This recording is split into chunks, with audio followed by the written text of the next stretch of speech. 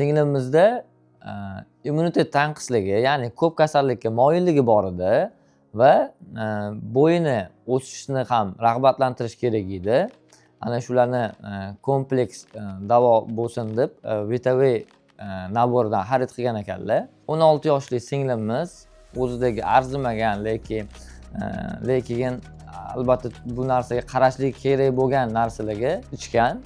Boshida aytib o'tganimizdek, immunitet tanqisligi, yuzlariga narsalar toshishi va o'sha bo'yini o'stirish uchun iste'mol qilgan, haqiqatan ham effekti zo'r bo'lgan. Men to'g'risi ukam shunaqa aka VTV kompaniyasidan telefon qilib, shunaqa marafon ishtirokchisiga aylandingiz, siz 10 million so'm yutib oldingiz deb telefon qilishdi, shunga borib keling deb aytdi.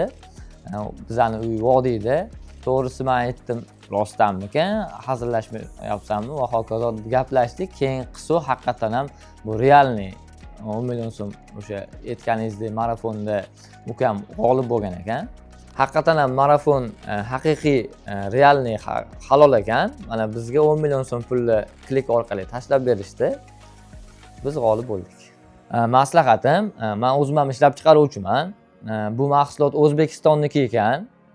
Bizani shunaqa dori-darmon sferamiz bor. Men ham o'zim производительman. Faqat bizdagi veterinariya mahsulotlarini ishlab chiqaramiz. Bu mahsulot Yevropanikidan qolishmas ekan.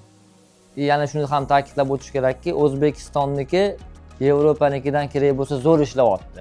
Mana sizning mahsulotingizda mana ko'ryapmiz. VTV kompaniyasini mahsulotlarini bemalol xarid qilishingiz mumkin. Qanaqadir bir negativ yoki kommentariyalardagi so'zlarga umuman ishonmang, chunki haqiqatan ham iste'mol qilganingizdan keyin tanani aldab bo'lmaydi. VTV haqiqatan ham real effekt beradi.